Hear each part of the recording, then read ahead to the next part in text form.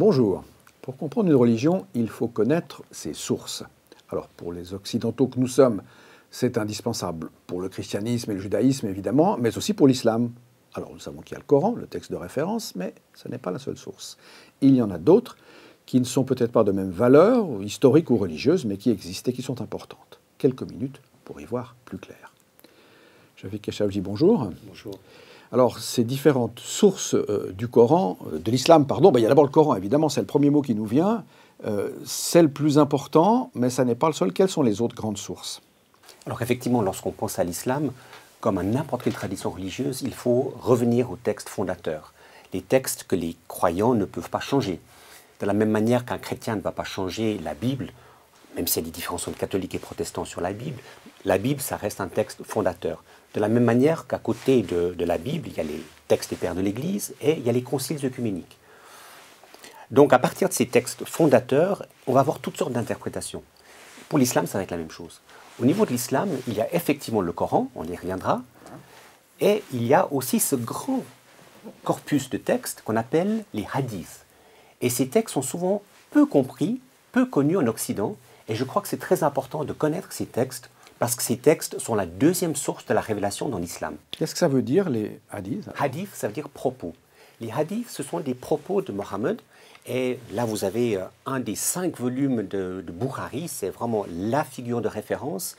Bukhari a recensé 600 000 hadiths. Et puis finalement, il en a retenu quelques milliers, considérés comme authentiques. Et qu'est-ce que c'est qu'un hadith? C'est d'abord une chaîne de référence, c'est-à-dire telle personne a entendu telle personne, qui a entendu telle personne, qui a entendu le prophète dire ceci. Et donc, ce sont des dits, des actes, et qui vont permettre de comprendre qu'est-ce que Mohammed a fait dans telle circonstance. Alors, pour comprendre le Coran, il faut revenir au hadith, la deuxième source de la révélation, pour vraiment comprendre le sens profond. Et ces textes notamment de Bukhari ou de Moslem, les deux grandes figures de référence, sont peu connus. Et je crois que si on veut vraiment comprendre l'islam, il faut se plonger dans ces textes. Et puis, il y en a un troisième et un quatrième, ou moins important, mais quand même important. La troisième source, c'est ce qu'on appelle la sira, c'est-à-dire les vies, les biographies de Mohammed. Ça, vous avez un des textes de fondateurs, Ibn Ishaq, et puis il y a une reprise d'Ibn Ishaq parce qu'on a perdu certains de ses textes, mais qui a été repris par Ibn Hisham. Bref, en tout cas, ce sont les biographies officielles de Mohammed, et qui vont permettre de comprendre les hadiths et qui vont permettre de comprendre le Coran. Donc à partir de ces 3 éléments-là, vous avez ces textes que j'appelle les textes normatifs, et les musulmans ne peuvent pas changer cela. Cela dit, maintenant, il y a des grands débats parmi les musulmans. Est-ce que ces textes sont vraiment authentiques? Et là, on touche déjà la question des interprétations chez les musulmans. Certains vont dire, mais bien évidemment, la source première, c'est le Coran. Ça, c'est la parole d'Allah que Mohammed a reçue. Ce sont l'ensemble des sourates, les chapitres reçus. Et les autres vont dire, mais cette deuxième source de la révélation, est-ce que c'est vraiment authentique? Est-ce qu'il n'y a pas eu des créations littéraires? Est-ce que ce ne sont pas des textes tardifs? Alors voilà, ça c'est un débat de spécialistes. Toujours est-il qu'il faut connaître ces 3 sources, le Coran, les hadiths et la sira, pour avoir les textes normatifs de l'islam. Mais vous, Shafiq Keshavi, qui avez non seulement lu le Coran, mais aussi les hadiths, en tout cas un bout, parce que c'est énorme, on peut déceler des différences, qu'est-ce qu'il faudrait dire, de spiritualité, de distance avec le moment primordial de l'islam. C'est pas tout à fait la même chose? Alors, il y a des choses qui se ressemblent, il y a des choses qui sont différentes. Voilà. Donc, on perçoit bien que dans ces propos de Mohammed, il y a effectivement des clarifications, il y a des explicitations, il y a des éléments qui vont permettre de comprendre ces textes. Puisque vous me posez la question, c'est vrai qu'en tant que théologien, en tant que chercheur en sciences et religions, je me suis beaucoup intéressé à la mystique musulmane, comme beaucoup d'occidentaux. On avait le Coran et on avait l'ensemble des mystiques. Et il y a des textes extraordinaires. Et moi, j'ai été ébloui par les mystiques musulmans. Un auteur comme Rumi est extraordinaire. Mais j'avais peu pris le temps de me plonger là-dedans. Et je suis très surpris de voir, même en parlant avec des spécialistes qui enseignent l'islam dans nos universités, plusieurs m'ont dit qu'en fait, qu'ils ne connaissaient pas les hadiths. Et ils ne connaissent pas cette deuxième source. Alors effectivement, les hadiths vont toucher l'ensemble de la vie. Cela va toucher la question des rituels, ça va toucher la question de l'orientation de la prière, ça va toucher la question des ablutions, les héritages. Mais ça va aussi toucher la question de la conquête militaire, les stratégies de conquête. Cela va toucher la question des relations entre musulmans et non-musulmans, en particulier les juifs, les chrétiens, les polythéistes Et il y a dans ces textes des beaux textes, mais des textes extrêmement violents à leur égard. Est-ce qu'on sent une évolution par rapport, je ne sais pas si le mot intolérance ou radicalité sont les bons mots, entre le tout début de la révélation musulmane et puis son déploiement ultérieur dans ces hadiths puis dans la sira? Alors c'est difficile à dire s'il y a vraiment un déploiement, parce que dans le Coran lui-même, il y a une très grande diversité de textes. Pour faire très court, dans les 114 sourates ou chapitres, il y a, disent les spécialistes, deux grandes périodes. Il y a la première période, qui est la période où Mohammed était un prophète humble, qui vivait à la Mecque. Et là, il a été persécuté, il a essayé de lutter contre le polythéisme de son temps. Et là, étant persécuté, il a vraiment résisté de façon non violente.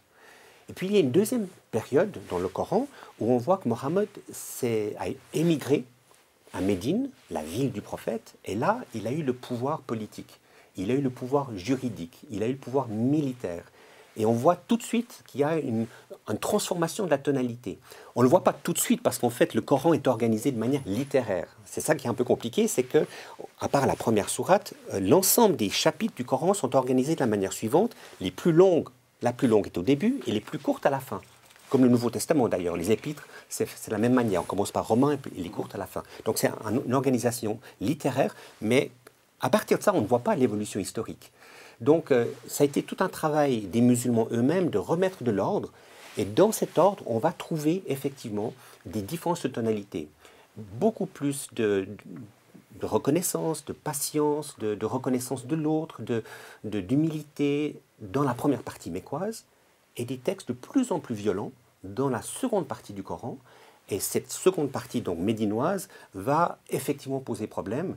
Et pour revenir à votre question, dans les textes de Bukhari et dans les textes de la Sira, on va retrouver cet élément très conquérant, très, très guerrier, qui traverse cette deuxième période, la période Mohammed, et qui va se refléter dans ces textes. Alors, l'art de l'interprétation en islam, c'est quelque chose de très compliqué. Ça peut être quelque chose d'un peu flottant aussi, en fonction, qu'est-ce qu'il faudrait dire, de conservatisme ou de progressisme? Vu la complexité des sources, entre la complexité déjà des textes à l'intérieur du Coran, la complexité des hadiths et de la sira, effectivement, on va avoir toutes sortes d'interprétations.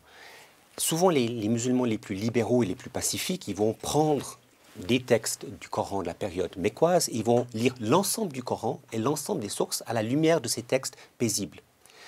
D'autres, ils vont dire, mais attendez, on ne peut pas lire ça comme ça. Pourquoi? Parce que le Coran lui-même dit qu'il y a une évolution. Et le Coran lui-même, Allah, dans le texte fondateur, dit certains versets sont abrogés par d'autres. C'est-à-dire que les textes les plus tardifs vont abroger les textes premiers. Et donc, quand il y a une contradiction entre un verset paisible et un verset guerrier, en fait, ce sont les derniers versets, les versets guerriers, qui doivent interpréter les textes qui sont plus pacifiques. Et là, les musulmans vont discuter entre eux. Mais il n'y a pas, au fond, en islam, de magistère qui obligerait celui-ci ou celui-là à une interprétation spécifique. On peut postuler que ça va continuer à discuter et à évoluer. Alors effectivement, c'est ça qui rend les choses difficiles. C'est qu'on peut parler avec un musulman, et que la plupart des musulmans sont très paisibles, et qui connaissent souvent mal leurs sources. Je me souviens d'avoir parlé avec un des hauts responsables de l'islam en Suisse de certains textes de Bukhari, il ne les connaissait pas lui-même. Voilà, donc on a aussi parfois une certaine ignorance, mais effectivement, selon les personnes qu'on va voir, ils vont privilégier certains textes aux dépens des autres, et ce qui rend les choses difficiles. Alors bien sûr, il y a des endroits qui sont régulateurs. Un endroit comme Al-Azhar, en Égypte, va être un endroit où ils vont essayer de garder un certain équilibre. Mais même là, ils seront conflits avec les wahhabites ou avec les frères musulmans ou avec des musulmans libéraux. Donc lorsqu'on parle de l'islam, il y a les textes fondateurs, mais tout de suite, on est confronté à la diversité des interprétations. Cela dit, pour comprendre ce qui se passe aujourd'hui, pour comprendre les questions liées à la terreur, liées à l'antijudaïsme, à l'antisémitisme, il faut revenir à ces sources-là. Et malheureusement, dans ces textes, il y a une somme de textes de haine à l'égard des Juifs qui est à peine imaginable. Et vous les trouvez notamment chez Bukhari. Est-ce que ça veut dire que vous conseilleriez à ceux que la culture musulmane intéresse, ou aux musulmans eux-mêmes, de se mettre à lire ces textes, mais du coup, avec quels critères pour les interpréter? Alors je pense que c'est très important déjà de connaître ces textes fondateurs. De la même manière qu'un chrétien n'a pas choisi ses textes fondateurs, un musulman n'a pas choisi ses textes fondateurs. Donc il hérite d'un bagage. Et à partir de cela, c'est aux musulmans eux-mêmes de dire qu'est-ce que nous retenons et qu'est-ce que nous ne retenons pas. Et je crois que c'est ça le travail le plus important. Alors il y a de plus en plus de musulmans qui commencent à le faire, mais pas assez peut-être, et pas beaucoup encore, parce qu'ils n'ont pas tellement envie d'exposer ces textes violents. Merci Shafik. Alors si vous voulez revisiter brièvement ce sujet, quelques slides accompagneront cette édition de notre Anti-Sèche.